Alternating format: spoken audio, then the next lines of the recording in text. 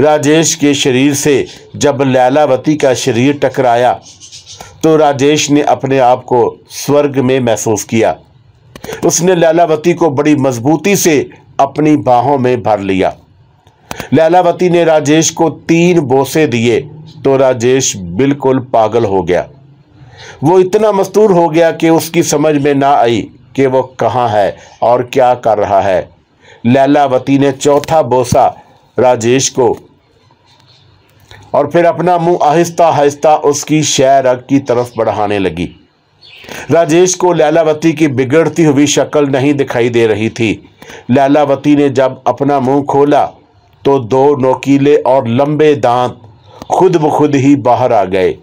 लैलावती ने राजेश की गर्दन पर अपनी गिरफ्त मजबूत करके एकदम अपने नोकीले और खौफनाक दांत उसकी शह रग में गाड़ दिए और चप्पड़ चप्पड़ की तेज आवाज के साथ राजेश का गरम गरम खून अपने मैदे में उतारने लगी।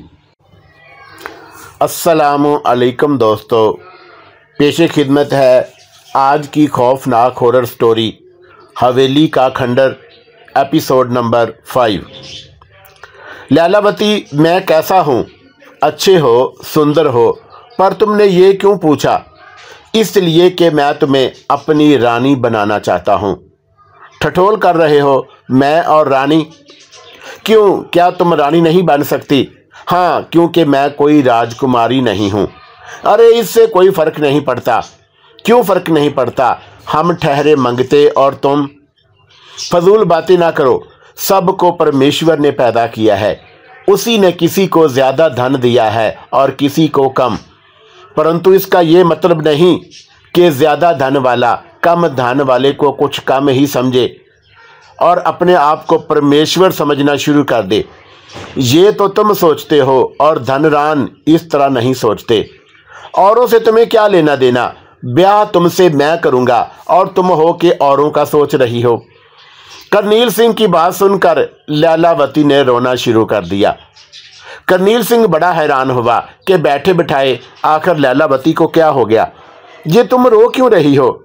क्या तुम्हारे परिवार वाले मुझे स्वीकार कर लेंगे? अरे क्यों नहीं करेंगे, उन्हें हर सूरत में तुम्हें स्वीकार करना होगा। बस अब रो मत। अरे लैलावती, ये नीर बहाना अब बंद कर दो। इधर आओ मेरे पास। करनील सिंह ने खींच कर लैलावती को अपने आगोश में समेट लिया। अब लैलावती ने करनील सिंह को सही तरीके से अपने काबू में कर लिया, क्योंकि करनील सिंह से बातों ही बातों में उसने अपनी अंगिया की सारी डोरियां खुद ही खोल दी थी। करनील सिंह ने जब लैलावती को चुप कराने के लिए उसकी पीठ पर हाथ लगाया तो लैलावती की बरहना पीठ उसे पागल कर गई। पहले चंद लम्हे तो करनील सिंह ने सिर्फ लैलावती की पीठ पर अपने हाथ रखे, लेकिन फिर वो भी बहकने लगा। उस बहकने की वजह से करनील सिंह ने हाथ फेरी करना शुरू कर दी। हाथ फेरी से बात बढ़कर जब बोसो किनार तक पहुंची तो करनील सिंह को लैलावती की अंगिया जहर लगने लगी। उसने अंगिया को एक तरफ उछाल कर अपनी पूरी तवज्जो लैलावती के सुंदर शरीर पर मबजूल कर ली। लैलावती ने करनील सिंह का भरपूर साथ दिया।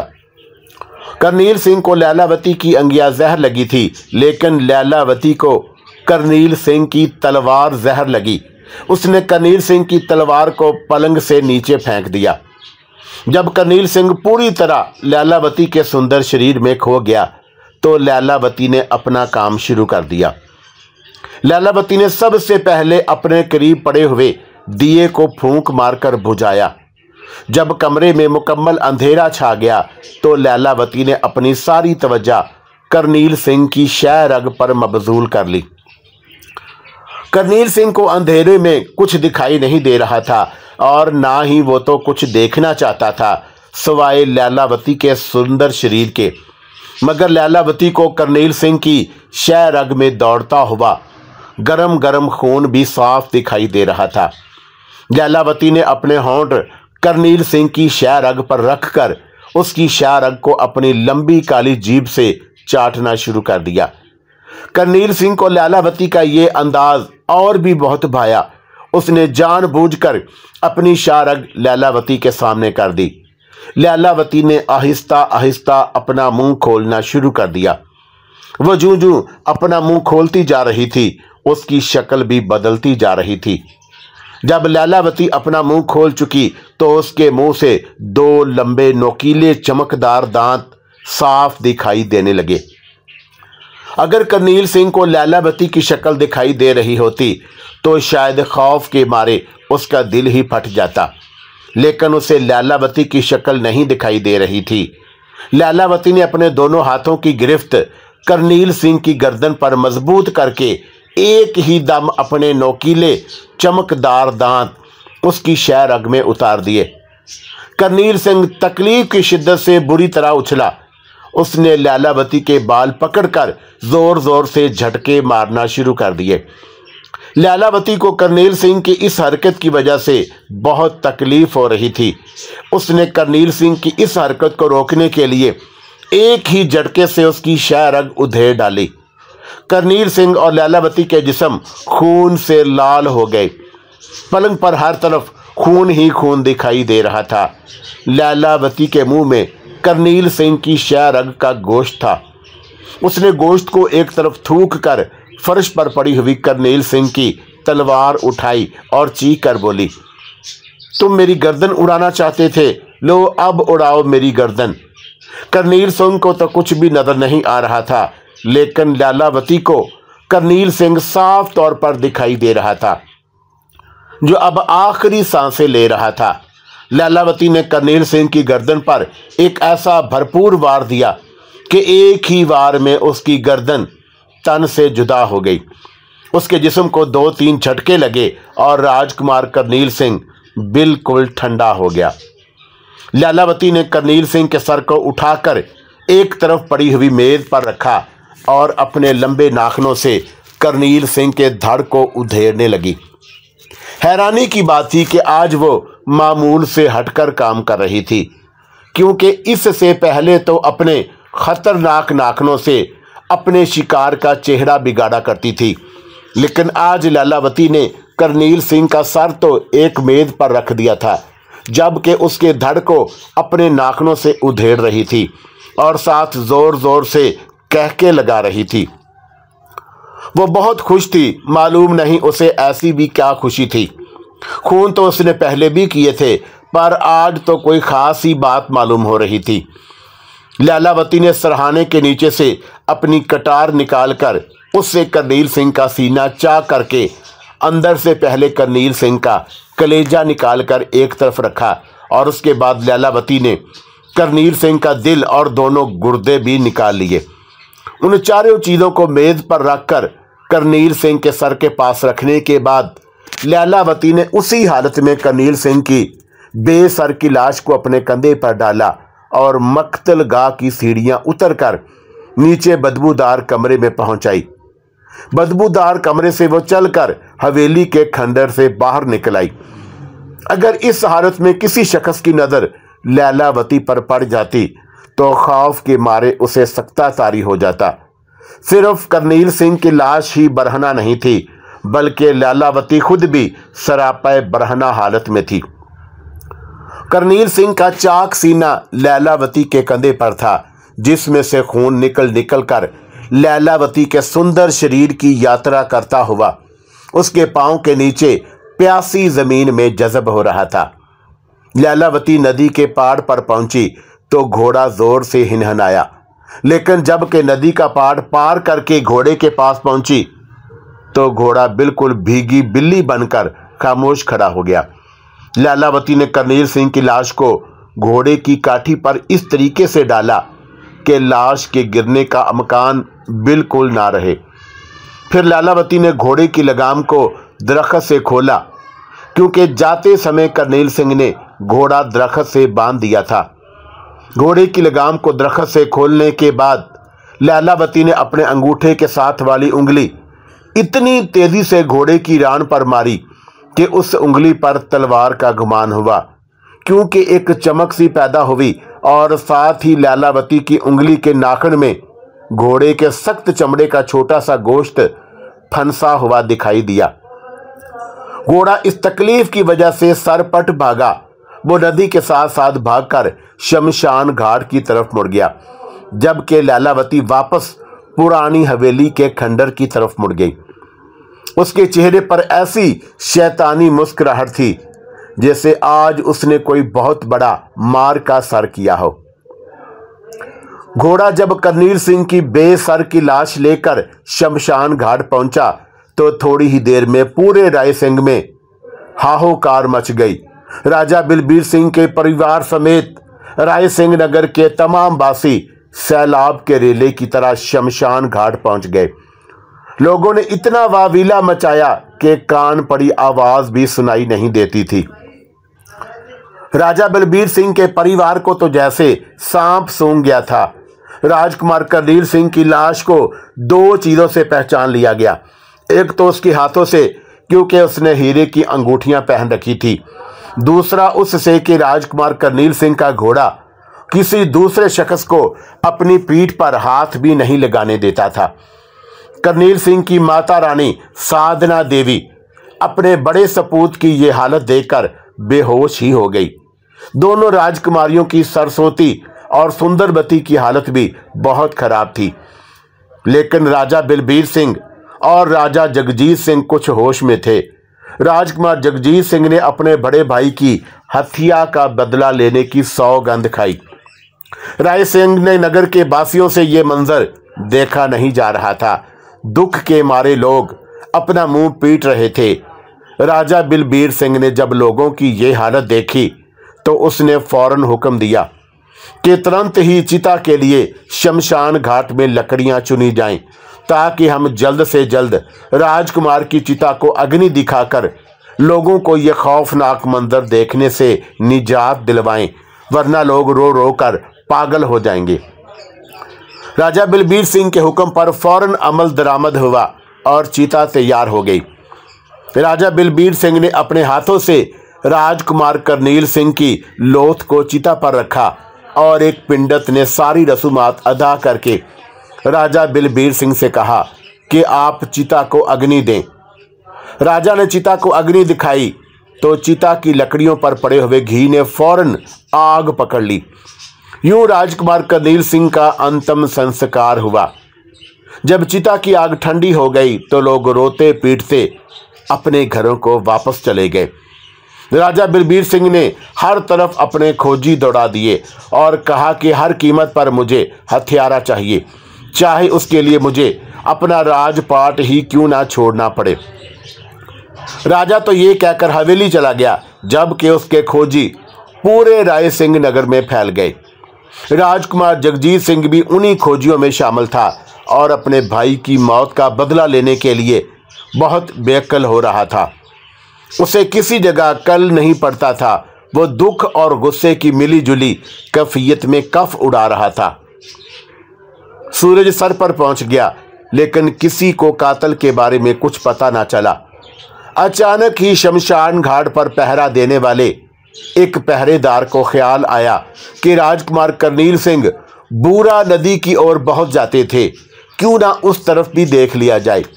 हालांकि उस तरफ कातल के मिलने या छुपने का जरा भी अमकान नहीं है, क्योंकि बूरा नदी की तरफ तो कोई रहता ही नहीं, यानी उस तरफ कोई घर वगैरह भी नहीं बना हुआ।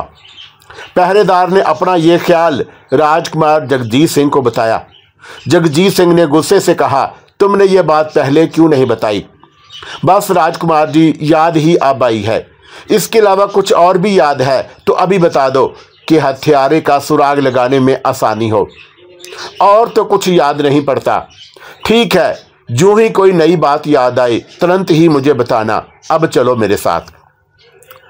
राजकुमार जगजीत सिंह ने कील कांटे से लेस कई आदमी अपने साथ लिए और बूरा नदी की तरफ चल पड़ा। उन आदमियों में गनूनत नामी एक शख्स बहुत अच्छा खोजी था। उसने राजकुमार जगजीत सिंह को मशवरा दिया कि हमें बूरा नदी की तरफ पैदल ही चलना चाहिए। वो किस लिए गनूनत? राजकुमार ने पूछा।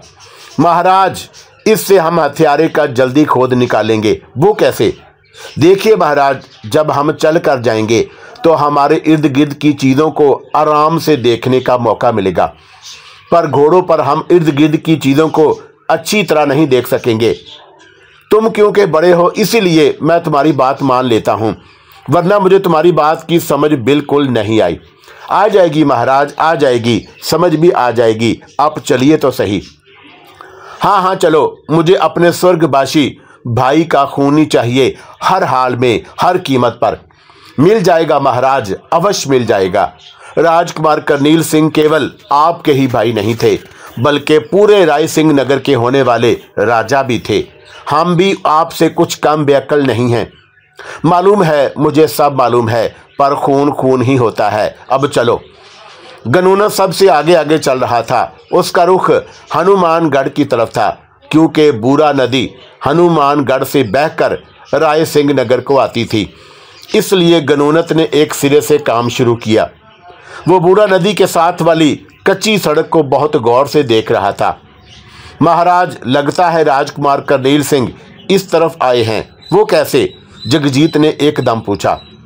महाराज, क्या आप ये घोड़ों के खुरों के निशान नहीं देख रहे? हाँ, देख तो रहा हूँ महाराज। मैंने राजकुमार करनील सिंह के घोड़ों के खुरों के निशान को बहुत अच्छी तरह देखा है। ये निशान उसी घोड़े के खुरों के हैं। क्या तुम्हें कोई गलतफहमी तो नहीं हो रही? नहीं महाराज, मुझे कोई गलतफहमी नहीं हो रही। मैं तो इसीलिए आपको पैदल लाया था, ताकि हमारे घोड़ों के खुरों के निशान राजकुमार करनील सिंह के घोड़ों के खुरों में ना मिल जाएं। अच्छा, तो अब तुमने इन खुरों से क्या कोनत लगाया? अभी तो मैं कुछ नहीं कह सकता। इन निशानात को साथ चलकर देखते हैं कि ये कहाँ तक जाते हैं। ठीक है, अच्छी तरह देखो। गनूनत की क़यादत में राजकुमार जगजीत सिंह और उसके आदमी बूरा नदी के साथ साथ चलने लगे। सूरज सर पर था, हर चीज़ चमकती हुई दिखाई दे रही थी। दूर दूर तक कोई ज़ीरो दिखाई नहीं दे रही थी। हाँ, अलबत्ता पुरानी हवेली का खंडर एक मोटे स्याह नुक्ते की तरह दिखाई दे रहा था। गनूनत घोड़े के खुरों के निशानात के साथ साथ चलता हुआ उस जगह पर आकर रुक गया जहां पर बूरा नदी का चौड़ा और लंबा पहाड़ था। थोड़ी देर तक इर्द गिर्द की ज़मीन देखने के बाद बोला, महाराज, खुरों के निशानात यहाँ से आगे नहीं जाते हैं। वो तो हम भी देख रहे हैं, पर तुम क्या कहते हो? महाराज, जहाँ तक मुझे समझ आ रही है। हाँ, बोलो, क्या कहना चाहते हो तुम?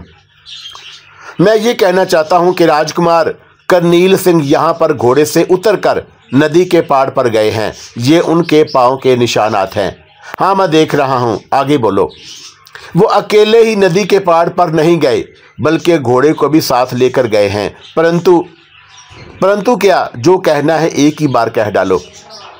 परंतु कि ये उन्होंने पहाड़ पर से वापस आकर घोड़ा इस दरख्त के साथ बांधा है। ये देख लें, उनके और घोड़े के पाँव के निशानात। घोड़े को दरख्त के साथ बांधने के बाद वो दोबारा पहाड़ पर गए हैं। ये जो कदमों के निशानात आप देख रहे हैं ना, ये उनके दोबारा पहाड़ पर जाने के हैं।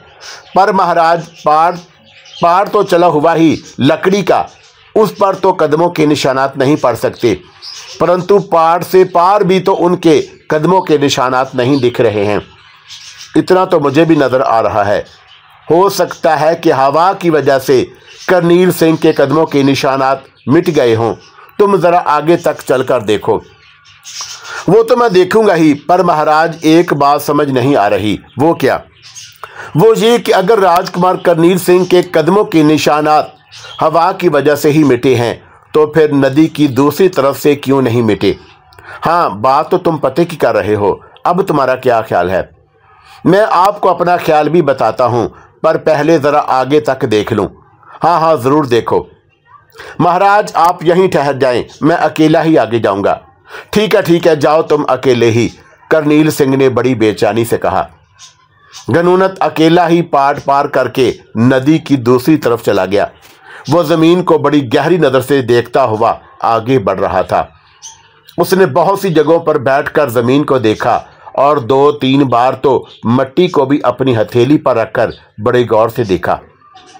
राजकुमार जगजीत सिंह और दूसरे तमाम खोजी गनूनत की एक एक हरकत को बड़ी हैरानी से देख रहे थे। थोड़ी देर के बाद गनूनत वापस आया और जगजीत सिंह को साथ लेकर दोबारा उस दरख्त के पास चला गया जहां पर करनील सिंह ने घोड़ा दरख्त के साथ बांधा था। गनोनत ने एक जगह दरख्त के पास वाली जमीन पर उंगली रखकर जगजीत से कहा, महाराज ये खून के निशान हैं और ऐसे ही बहुत से निशान नदी की दूसरी तरफ भी मौजूद हैं। क्या नदी की दूसरी तरफ? हाँ महाराज, नदी की दूसरी तरफ, पर बात फिर भी वही है कि वहां पर कदमों के निशानात नहीं हैं। करनील सिंह के कदमों के निशानात ना सही, किसी दूसरे के कदमों के निशानात तो होंगे। नहीं महाराज, वहां किसी मनुष्य के कदमों के निशानात नहीं हैं। तुम आओ मेरे साथ, जगजीत सिंह ने आगे बढ़ते हुए कहा। खोजी गनोनत राजकुमार जगजीत सिंह को अपने साथ लेकर नदी की दूसरी तरफ चला गया, जहां हर 2-3 कदम के बाद जमीन पर खून का एक कतरा साफ दिखाई दे रहा था। वो दोनों खून के इन कतरों के साथ साथ चलने लगे। अरे गनोनत, खून के धब्बे तो जोधपुर की तरफ जा रहे हैं। महाराज अभी कुछ नहीं कहा जा सकता, खोजी गनोनत ने परेशानी से कहा। क्या मतलब? मैं कुछ समझा नहीं। महाराज ये रास्ता केवल जोधपुर को ही नहीं जाता, बल्कि हवेली के खंडर की तरफ भी जा रहा है। हाँ तुम ठीक कह रहे हो, मैंने इस तरफ तो ध्यान ही नहीं दिया। महाराज भगवान खैर करे, बात कुछ बिगड़ती हुई दिखाई दे रही है।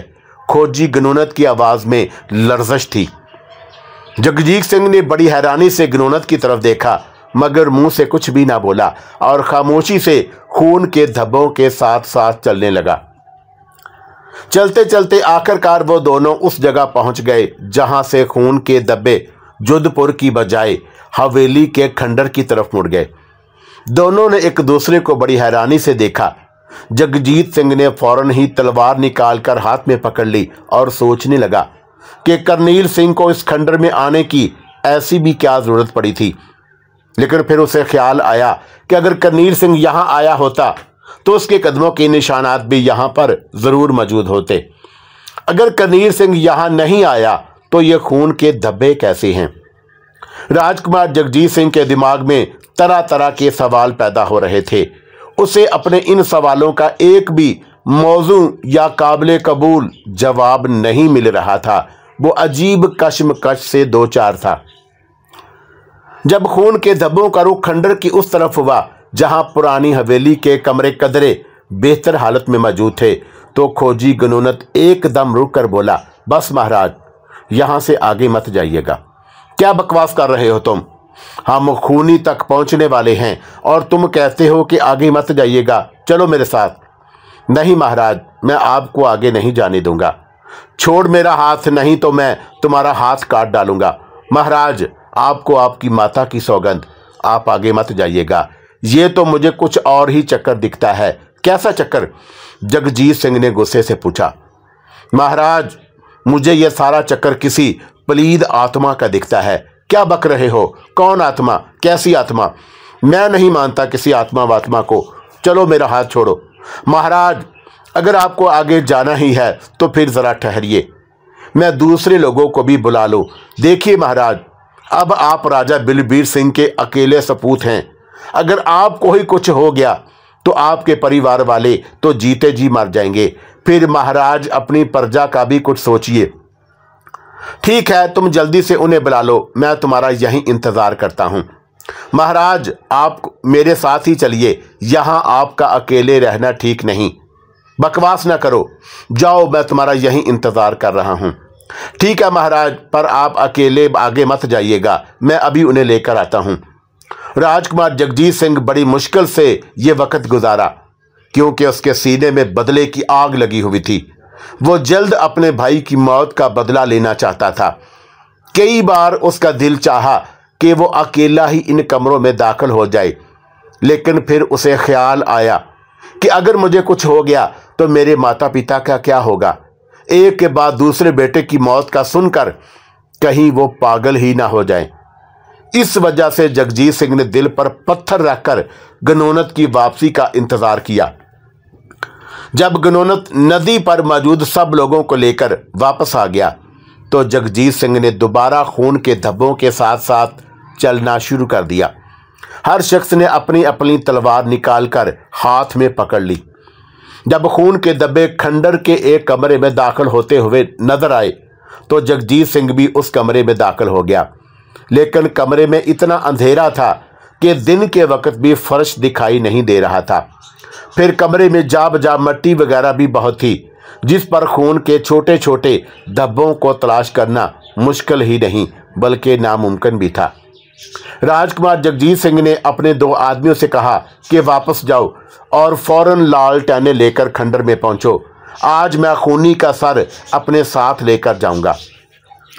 2 आदमी जगजीत सिंह के कहने पर फौरन ही राय सिंह नगर की आबादी की तरफ भागे, जबकि जगजीत सिंह ने अपने दूसरे आदमियों के साथ खंडर के एक एक कमरे को देखना शुरू कर दिया। अभी उसने सारे कमरे देखे भी नहीं थे कि राय सिंह नगर से बहुत से आदमी हाथों में लालटेन पकड़े खंडर में पहुंच गए। राजकुमार जगजीत सिंह ने तमाम लोगों को सारे खंडर में फैला दिया और खुद लालटेन लेकर उस जगह पहुंच गया जहां से खून के धब्बे अंधेरे की वजह से नजर आना बंद हो गए थे।